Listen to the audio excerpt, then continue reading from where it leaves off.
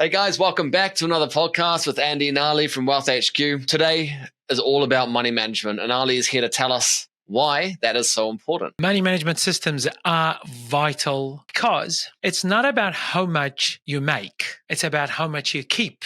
Right? And that's what we try to achieve with our money management system and teach our clients. First, they want to understand where's the money going, how much they spend on everything. Second, we're going to promote the idea of they need to keep more money for them, which is savings. And there are two different types of savings. Explain that.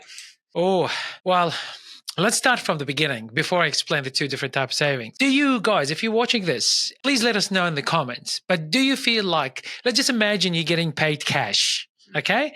And your money gets paid in a big black rubbish bag, and they give it to you every month, and you grab this money, and this is how you spend, right? You spend until you go, oh, here you go, one more. Oh, shit. Oh, I don't have enough. Do you feel like this is what's going on in your spending sometimes? Most certainly have in the past. Yeah. So this is when you don't have a management system and nothing transparent. There's not much understanding of what's going on. And that's why I've seen some people paying for coffee in front of me and going like this.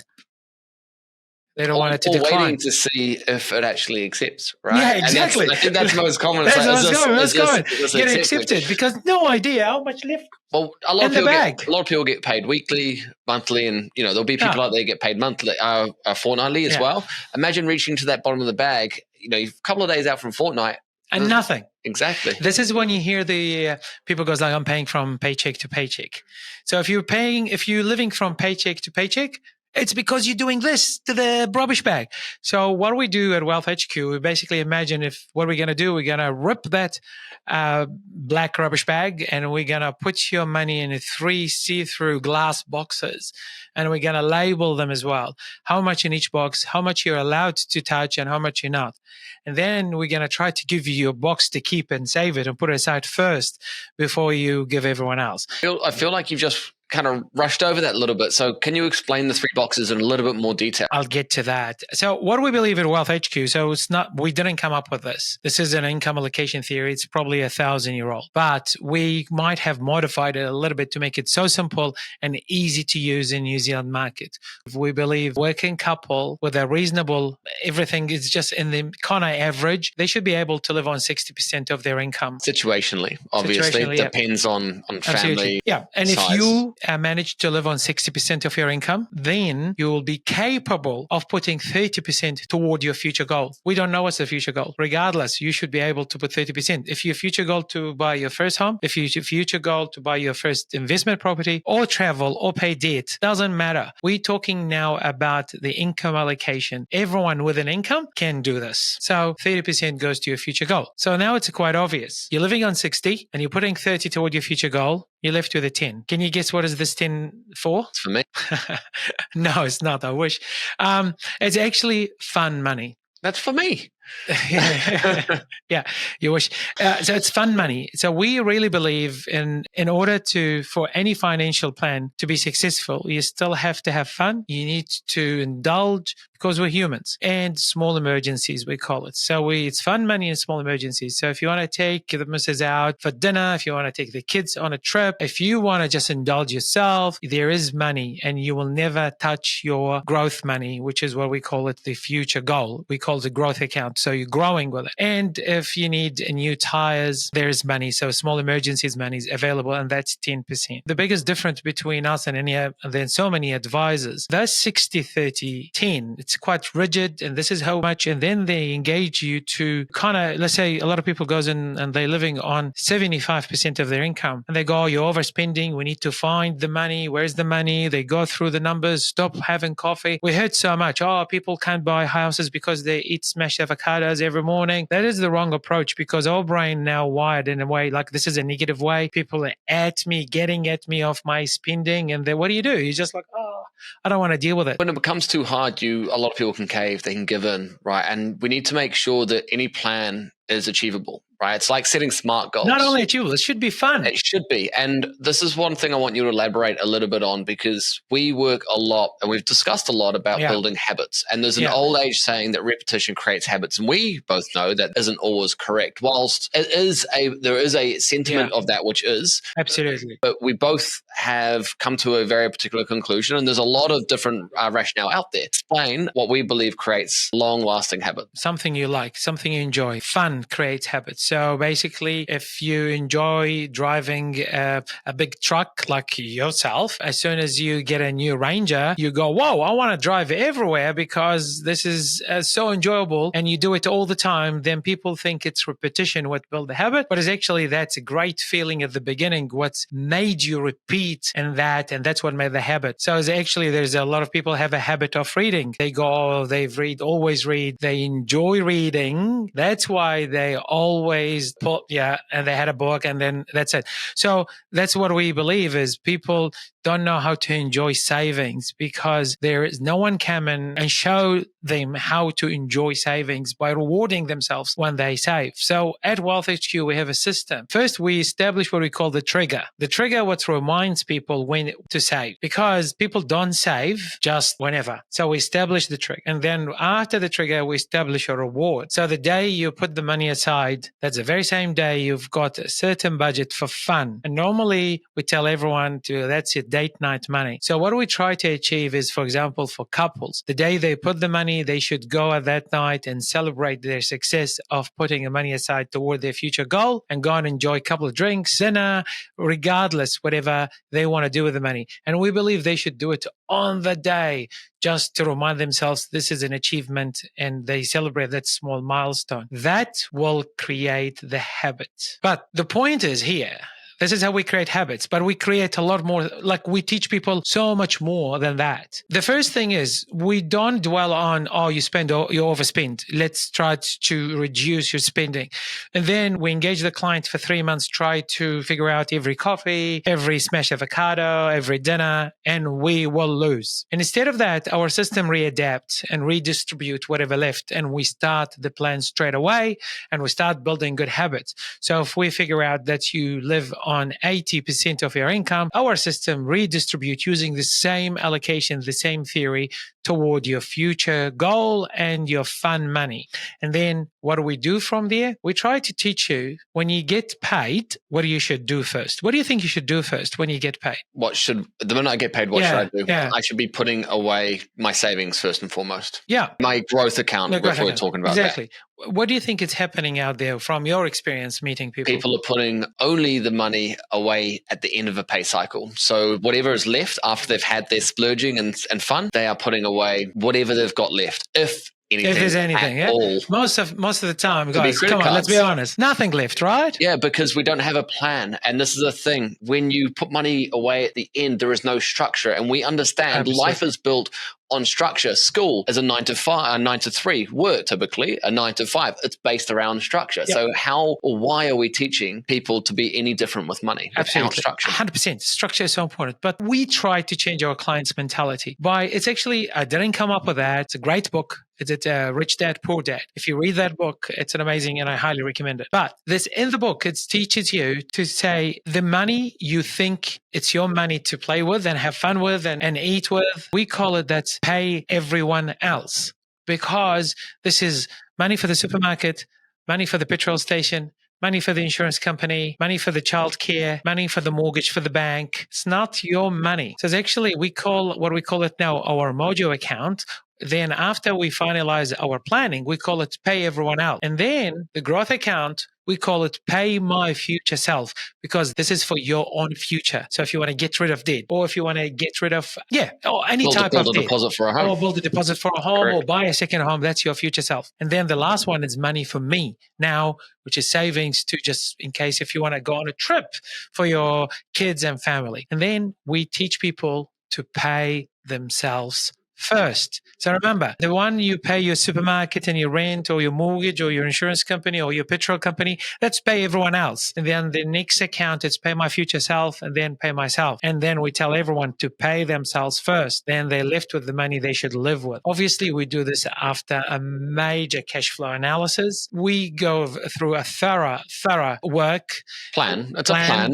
Planning until we get some numbers we can trust. But that's basically, we show people like they will need to pay themselves first. Not only that, then we get them to celebrate doing this by going and having a celebration night to build that habit. Then we don't leave it. After we establish that, then we go, hold on a second, but you actually live on a little bit too much. So let's just pull it apart and see why you're living on 85%, not 60%. Can we help you to reduce the 60%? That's our biggest point of difference, because we don't try to arm wrestle. We don't try to change habits. We actually first establish a good habit first, then we build on it. And now while we try to kind of understand why this expenses is so high, we're already saving. We're already celebrating our success. And then chances are we can save you money from a lot of different items. Now, what's going to happen? That it will reflect on how much you can keep and how much you pay for everyone else. And guess what? If we manage savings, basically that's a money for you to keep. So now you're way more motivated to actually crack down on these expenses. And that's why WealthHQ is so different from everyone else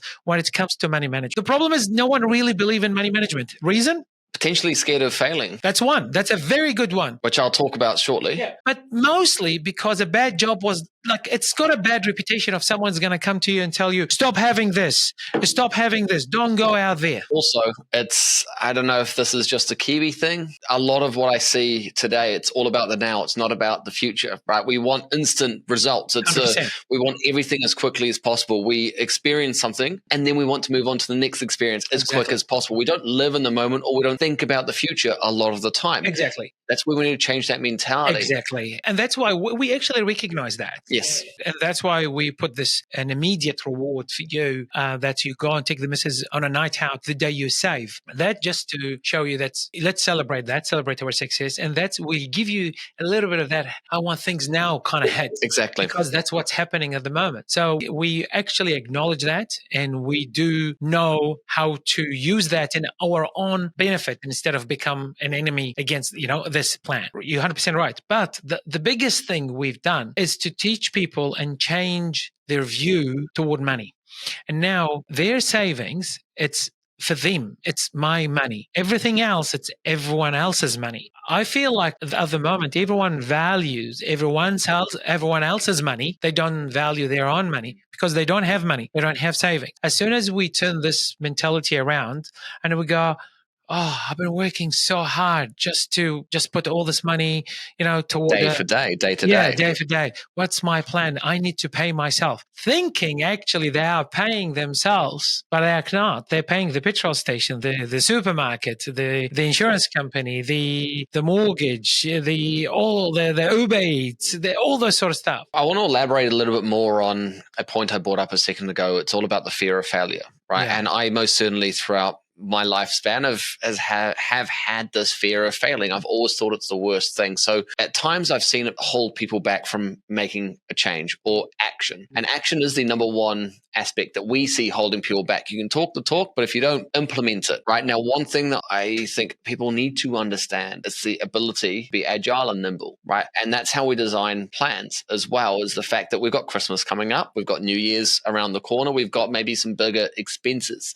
It's about building a nimble plan. So whilst we want everyone, or we want people to build the savings plan, doesn't mean that from month to month through consultation, we can drop our growth by a small portion to put it into the security, which is for the future, for our future self. That could be for our kid's birthday. It could be for whatever, right? But we need to acknowledge the fact that if you don't meet this target, it's not game over. 100%. It's about being nimble and being able to feel comfortable, because money that you have in your account tomorrow without a plan, I guarantee you'll be a lot less than you'll have in your account tomorrow with a plan. Oh, 100%. Look, we'll come to that failure thing, but it's actually the feeling, even when you have a lot of money, if you spend it like this, the feeling of anxiety every time you put your hand in this bag to look for money and you can't find it, the feeling actually in real life when you swipe your card and you go, it's going to go through, that feeling of anxiety, what's causing all the stress. And regardless how much you earn, and making you feel poor. And it comes back to how I started this. It's not about how much you make, it's about how much you keep. Let's elaborate on that. Structure make you feel rich, even if you spend less money. The feeling rich, it means in control. So it means I have a total control of how much I have, how much I spend. I'm not too worried about this. How many times we go out with our mates for drinks and, after 3 or 4 drinks, we realize this is a big night. And then I go, oh, do I have actually enough in the account for a big night? Versus if you allocate everything correctly and you know how much and you go out and you go, yep, I'm going to do this and I'm going to do that and I'm happy about it. This is the different two feelings. Anxiety about, oh, do I have enough? That's the feeling being poor. Oh, yep. I'm sweet. I know I've got an allocation for that. So I'm all good, chatting, laughing, feel rich. So it doesn't matter about how much you spend, the feeling of rich and poor. It's about the control. The reality is as well, the rich have more money left than they spend. In order to be rich, as you need to pay yourself first and you keep paying yourself, that's savings. And to feel rich, to have complete control over your spending and your money so you know where is everything going, and without having this anxiety attack, is that going to go through? Do I have enough money for that? That's the poor feeling. This is the side effect of having a very good money management is you'll have way less anxiety and obviously a lot more money in your savings. Helps you achieve your goal. Most certainly. I want to share a story on this because when we talk about it, it's about holding on to money, creating wealth, all of that. But I think through our job, there's a lot of people we talk to, hundreds of people we talk to, and there's always stories that stick in my mind. Yeah. And one that comes to mind straight away, it was just a family of 5, right? The husband and wife, both working extremely hard, earning good money, but struggling to get ahead. We went through the plan and kind of highlighted what we refer to as a black hole. And it was a light bulb moment for them. Now, they didn't shy away from it. They looked at it and we know we can save X amount. And when I talk about X amount, we're referring to like $2,000 to $2,500 every single month. Missing. They don't know where it's going. Well, no, they were missing more, but we knew they could save $2,500. Okay, they can save $2,000. Yeah. And what he did was broke it all down and realized that was actually true. He took one next step further because he wanted to buy a home for his family. He then went out and did a cleaning job after he finished work, creating a bigger black hole, right? He, as a person that didn't have money, never held on to money, all of a sudden had $2,000. $5,000, $8,000, $12,000, $18,000. Now he's sitting with over $38,000 in his account that he never had before, and he got addicted to making saving money. Yeah, he got addicted. It's a good addiction. It was a fantastic addiction, but what that showed is that anyone can put their mind to something if they need to. This person had 4 kids, by the way, and husband and wife, so they had expenses, but he went out and found another job when they were able to do so, to make more money, to get them to where they want to get to. Dedication is ultimately key. Being able to act is ultimately key. Shying away from it, burying your head in the sand isn't going to do any good. Exactly. And that comes to your point is people are afraid of success. But the reason is a lot of people actually afraid of opening up. And she'll be right, I'm going to get it done. And then by opening up, that means you're going to need to face, I don't want to call it failure, but you're going to need to face, okay, this is not right. And I need to fix it. And sometimes people think this is overwhelming. But as you can see, it's like after 1 hour of this, like you're facing the music or you're hearing some stuff you don't want to hear. But after that, you will have an absolute control over where is your money going. Then your anxiety levels is actually going to drop when it comes to finances, like building your savings. Then you're going to have new habits, and it's actually it's a high. It's like, oh my God, that's why your client went and got another job, because now he can see this other job is actually making a lot of difference. Because before, regardless, you get 1, 2, 3 jobs, there's no money. So it feels as the same. So it's like, what the hell I'm doing? Right? It's always, I'm always poor. It's like at a fork in the road, right? You've got a decision to make and what door you want to open. Do you open the door that's going to be hard work, but it's going to help you? Or you're going to open the door, which is the light work, the easy work, but you're never going to get to where you want to get to. Look, there's some people doing a really hard work. There's some people are really working hard, but the money is not managed correctly. And that's the key point. And now I want to move to a really important aspect of this, because we've talked about how we build plans, why we build plans, and we've talked about habits, but ultimately it's all about being held accountable. So I want to talk about how we hold our clients accountable and what support we might provide them. We do provide them moving forward. So let's use your client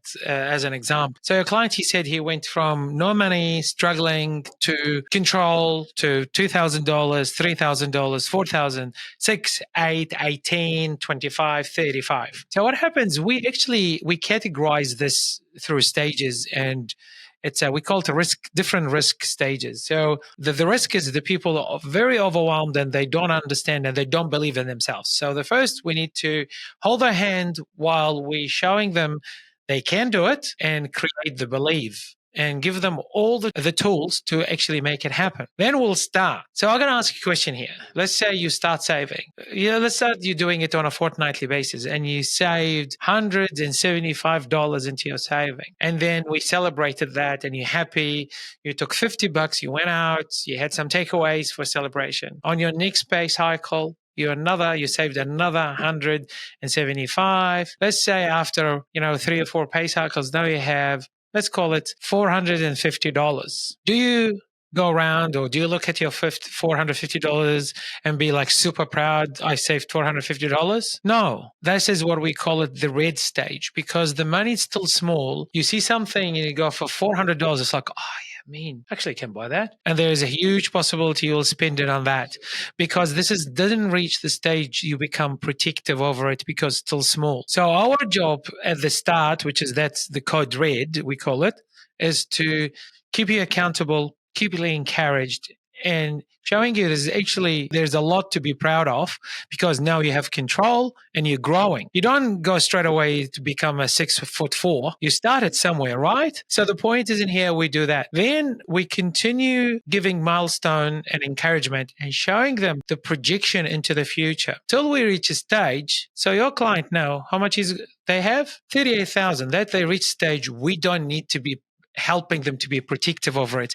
They are super protective, super proud. Then they started 6 months ago in the minus, struggling. Now they have 38K in their savings. Now we call it code blue. Code blue is basically, we sweet, like they are way more. Now they're going to go talk to their mates. So, mate, you need to get it together. And they can be proud and loud. And they are. And the great thing I think with them is that now we're helping them with what type of property should they buy? Where should they purchase a property? We also, early stages, helped amplify the KiwiSaver. So they've actually had compounding gains. So we talked about that before, so we won't go into detail about that. But it's part of how we help build people's journey towards home ownership, right? Different areas. To answer your question, through this, we understand human psychology, but through the red stage, we call it, we will be with you, keeping you accountable, celebrating your success, and reminding you that small success, even it's so small now, it will grow at that rate, and it's important to be protective over it. And we teach you, if you make a mistake, that's not the end of the world, because what we see is people do make a mistake, buy that thing for $400, feel embarrassed, and disappear. Nothing happened. Basically, you've gone back to your old habits. We teach them that it's fine, come back, and we'll get you. And then after that, it's easy. When they reach those numbers, they become so proud. They protect their own wealth. They know how to build it. And then we keep meeting them, but we don't meet them on a regular basis, but sometimes they want to meet us on a regular basis because they're so proud to tell us their success stories and where they are. Exactly. It's all started with being a little bit more vulnerable, opening it up and say, okay, I need help. And then we come in and we start the savings for you using what we call WealthHQ income allocation theory without trying to interfere of how you spend. We always can show you how to save by changing your habit of paying yourself first, then everyone else. Then we'll go on a bigger, deeper digging to try to control your spending. And then basically things will start to snowball. But it all starts with, hey, I think I'm not doing well. I need to reach out to someone. So you just kind of taken away the beginning and the next point I was going to talk about too. So to summarize our conversation today, the first thing is realizing your goals and objectives that you want to purchase a property or your first home. Regardless, anything, you need to start saving money. In our language, you need to start paying yourself. Correct. Stop paying everyone else. So following that, you need to take action and reach out. We'll then look at opportunities to implement the 60-30-10 rule within building a structure for somebody to achieve their goals, whether that be paying off debt faster, whether that be buying a home, whether that be saving up a deposit for a second home, utilizing the likes of revolving credits in the right way. The next part is all about accountability, holding people accountable for what they say they're going to do to making sure they're going to do it. And then lastly, it's all about being rewarded for achieving these things that we have talked about. And the end goal is ultimately the icing on the cake, which is achieving the final goal: home, debt gone, whatever that might well be, more money in the bank account, and knowing and proving to yourself and everybody else that you can do it, that you do have that dedication, you do have that drive to make a change, because that is the most important thing. We cannot look at ourselves and think, I should have what that person has. Yeah, if we're not willing you should actually be inspired. Correct. It's like, I want to be like this. Yeah, and it's that simple. It is literally that simple, right? Look, at the end of the day, we keep you accountable. We keep the accountability while we're building that good habit. As soon as we manage successfully to build a good habit through your reward system within your saving, basically, most people, they don't want us to be always calling them and checking on them because they feel like being pestered. So we actually leave them to it, and we schedule catch-ups once a month to share the success and where you're at in the success. Plus, within those plans and financial plans, we always do it within a goal at the end. And most of our goals is either to buy your first home or purchase a second or third property. And normally we always say, every time you come in for your check-in, monthly check-in, there's a lot of things could change, like a pay rise, for example, or money like inheritance, or the kids are old enough now, they're going to school, so no more or less expenses and so on. That can be change your plan dramatically. So then we capture the change, because sometimes that's another problem I see. People says, the more you get paid, the more you spend. That is wrong. That is so wrong. It shouldn't be like this. It does. It is. It's correct, but it shouldn't be correct. Yeah. But then this is when there's no structure, and it depends on your goal. Like sometimes we can reach what we call it, like, if you think about it like a business, you reach that break-even point, and everything after that break-even point, it's all profit. So it's like this. So your pay rise should be it's all savings, basically. Yes, but you need to reward yourself when you get a pay rise, and we need to choose a good reward for yourself. But hey, guys, look, I think the best thing about having a really good money management system is the rich feeling, which is you got it under control, you know exactly where's your money going, and you stop doing this. Oh, that is an awful feeling. That is probably the best thing out of it. The next best thing, you will have savings. You can do whatever you want to do. And you can, obviously, we're always quite big on leverage. Then you can go to the bank and you say, hey, Mr. Bank, I have 60K. Can you now give me 540,000 so I can invest in 600,000? And this is what we call leverage. But that's for another. Well, we've talked about that. So yeah. I think there's three options for those people out here listening today or whenever they hear it. The first one is the fact that they just unsubscribe, don't listen again, and don't do that. Don't do that. But that's an option to everybody out there. The second one is just keep listening. Keep listening. We're going to keep coming out with more content. Like, subscribe to what we're talking about. And also our partners at WealthHQ. There's a lot of great information on there, a lot of free education. That's two options. Your third one is you make a change and you decide that today is a day that you want to reach out and talk to somebody about what your options are going to be, at least to get more clarity. So we have three options really today. Don't do anything, keep listening, sit in the background, or act. Those are the three options today. And ultimately, we very much appreciate everybody that have listened in today. If there are any questions, we'd love them in the comments below. We'd also love to hear give your us some thoughts. Comments. Just tell us, what do you think? Or ask us we can talk about different subjects. Obviously, all our subjects within wealth and wealth building and how we do it. So just hit us with some questions, thoughts, and anything to do with mortgages, wealth building, insurance, KiwiSaver, asset finance, because there are going to be a lot of talks about those coming along now too. But I know we're 33 minutes deep, so we should probably wrap this up today. This is what happens when Ali and Andy from WealthHQ get together to talk about things that we absolutely love talking about and helping other people. The radio station thing is called Hamish and Andy. Hamish, it is, yeah. But we're Ali and Andy. Hey, Hamish and Andy, listen, Ali and Andy's coming for you. Appreciate you all listening, and look, enjoy it, and hopefully you stick on for longer. Awesome. See you later.